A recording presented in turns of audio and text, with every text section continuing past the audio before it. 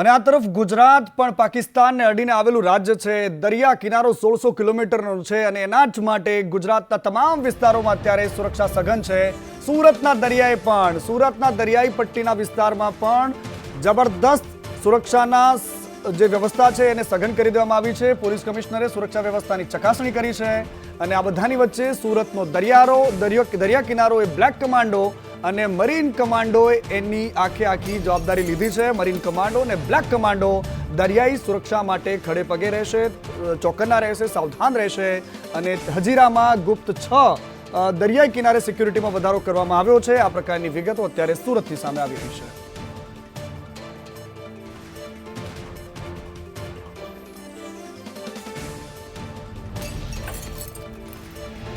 અને ગુજરાતનો દરિયો કે જ્યાંથી પાકિસ્તાન ડ્રગ્સ મોકલવાનું કામ કરતું હોય છે, એ ડ્રગ્સ ફેંકી દેવાનું, એ માફિયાઓને લઈ જાય અને ત્યારબાદ એ ડ્રગ્સ પકડાય, એ માફિયાઓ પકડાય, દરિયા કિનારામાં વચ્ચે સુધી આવવું અને ત્યારબાદ અને આ બધાની વચ્ચે હજુરામાં ગુપ્ત 6 વિસ્તારોમાં સિક્યુરિટી મોરચો ગોઠવાયો છે. ગુપ્ત મોરચાઓ હશે કે જ્યાં સિક્યુરિટીનો મોરચો ગોઠવાયો છે. મારી સાથે મનીષ પરમાર જોડાયા છે, સંવાદદાતા સુરતથી. મનીષ, શું અપડેટ છે ત્યાં?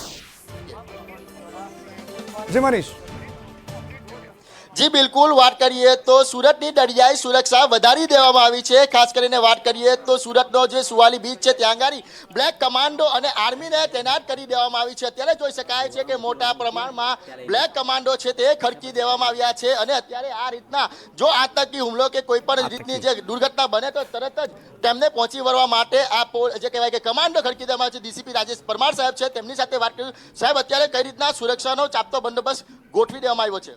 સુરત શહેર પોલીસ દ્વારા આપ જોઈ રહ્યા છો કે મરીન ટાસ્ક ફોર્સ તરફી જવાનો હતા અમારા બ્લેક કટ કમાન્ડો સાથે સતત પેટ્રોલિંગ ચાલી રહ્યું છે. આ ઉપરાંત બોટ દ્વારા પણ દરિયાઈ પેટ્રોલિંગ થઈ રહ્યું છે તથા કંપનીઓની જે ખાનગી બોટ છે તેમાં પણ દરિયાઈ અમારા મરીન કમાન્ડો તૈનાત કરવામાં આવે છે ને એ દ્વારા પણ પેટ્રોલિંગ ચાલુ છે.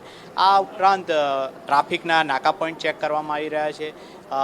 અમારા મોરચા પોઈન્ટો પણ છે, નાકા પોઈન્ટ પણ છે અને જે લેન્ડિંગ પોઈન્ટ છે તેમાં પણ અમારો બંદોબસ્ત ચાલે છે. ખાસ જે રીતના વાત કરીએ તો દરિયાઈ સુરક્ષા માટે અત્યારે કઈ રીતના આખું જે કહેવાય કે મિલિટરી ગોઠવી દેવામાં આવી છે, બ્લેક કમાન્ડો ગોઠવવામાં આવ્યા છે? જેમ આપ જોઈ રહ્યા છો કે અમારો સંપૂર્ણ બંદોબસ્ત દરેક દરિયાઈ સુરક્ષા કરવા માટે થઈને તૈનાત કરવામાં આવેલો છે. આમાં કંપનીની પોતાની પ્રાઇવેટ સિક્યોરિટી સાથે પણ અમે સંકલન કરેલું છે. સાહેબ, જો આતંકી હુમલો થાય તો કઈ રીતના આપણી આર્મી અને આપણા જવાનો તૈયાર રહેશે? આપ જોઈ શકો છો કે અમે પૂરી રીતે સુસજ્જ છીએ. સાહેબ, ખાસ વાત કરીએ તો આપણા ક્યાંથી ક્યાં દરિયામાં સુરક્ષા અત્યારે ગોઠવવામાં આવી છે?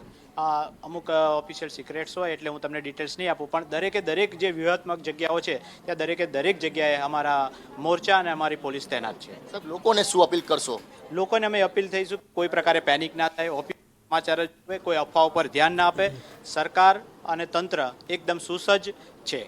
બિલકુલ જોઈ શકાય છે કે અત્યારે સુરત શહેરના દરિયાઈ સુરક્ષા માટે બ્લેક કમાન્ડો સાથે કમાન્ડો ખડકી દેવામાં આવ્યા છે. કોઈ પણ પ્રકારની અનિયમિતતા નહીં બને તે માટે અત્યારે જે પોલીસનો ચાપતો બંદોબસ્ત છે, મોરચા પોઈન્ટ મૂકવામાં આવ્યા છે, તમામે તમામ વાહનોની ચકાસણી કરવામાં આવી રહી છે. સાથે જ લોકોને અપીલ પણ કરવામાં આવી છે કોઈ પણ પ્રકારની સ્થિતિ હોય તો પેનિક નહીં થાય, સહયોગ આપે તેવી અપીલ કરવામાં આવી છે. હાલ તો જે સુરતના સુવાલી દરિયા અને હજીરા દરિયા પર જે પોલીસ છે અને કમાન્ડો છે તેને તૈનાત કરી દેવામાં આવ્યા છે અને કોઈ પણ પરિસ્થિતિ પર જે જવાનો છે તે પહોંચવા માટે તેના તટ પર છે. જી.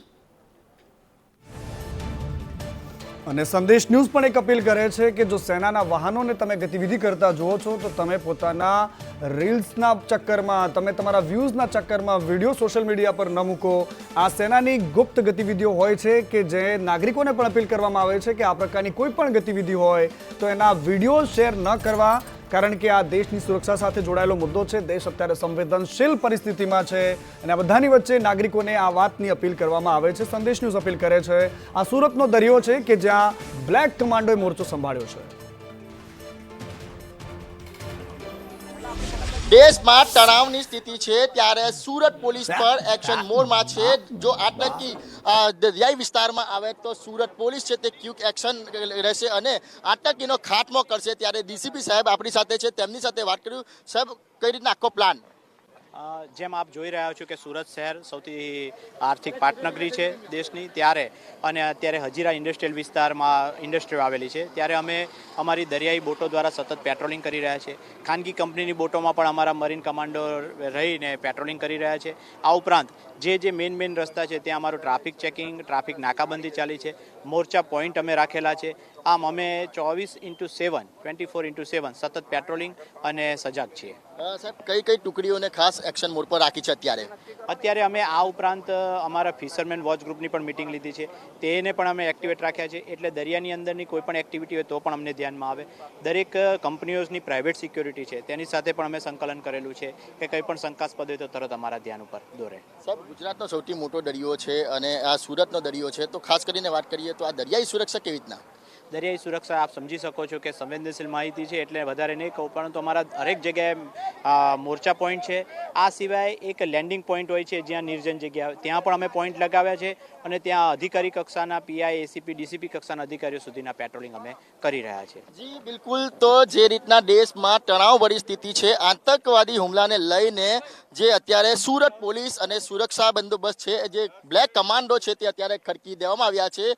દરિયાઈ સુરક્ષા છે તે સીલ કરવામાં આવી છે. જો કોઈ પણ આતંકવાદી પ્રવૃત્તિ કે આતંકવાદી અહીંયા આવે તો તેનો ખાત્મો 100% જરૂરી છે, કારણ કે આ જે લોકોની સુરક્ષા છે તે અત્યારે જે સુરત પોલીસ છે તે કરી રહી છે. એટલે કહેવાય કે જે રીતના દેશમાં તણાવભરી સ્થિતિ છે અને તેને પહોંચી વળવા અત્યારે સુરત પોલીસ પર એક્શન મોડમાં છે અને કોઈ પણ પરિસ્થિતિ પર તરત જ જે કહેવાય ક્વિક રિસ્પોન્સ આપવા માટે આ તમામ જે તૈયારીઓ છે તેનો આખરી ઓપ અપાઈ દેવામાં આવ્યો છે. કેમેરા પર્સન અજીત પટેલ સાથે મનીષ પરમાર, સંદેશ ન્યૂઝ, સુરત. બિલકુલ. અને આ સુરત જોયું, આ તો સુરતના પોલીસના જવાનો, દરિયાઈ સુરક્ષાના જવાનો, મરીન પોલીસ જોઈ છે, પરંતુ બીજી બાજુ સુરતનું જે સુરત વિક્રાંત છે, આઈએનએસ વિક્રાંત, અને એની સાથે સાથે સુરત કે જે અત્યારે ભારતીય નૌસેનામાં જબરદસ્ત પ્રહાર કરવા માટે તૈયાર છે.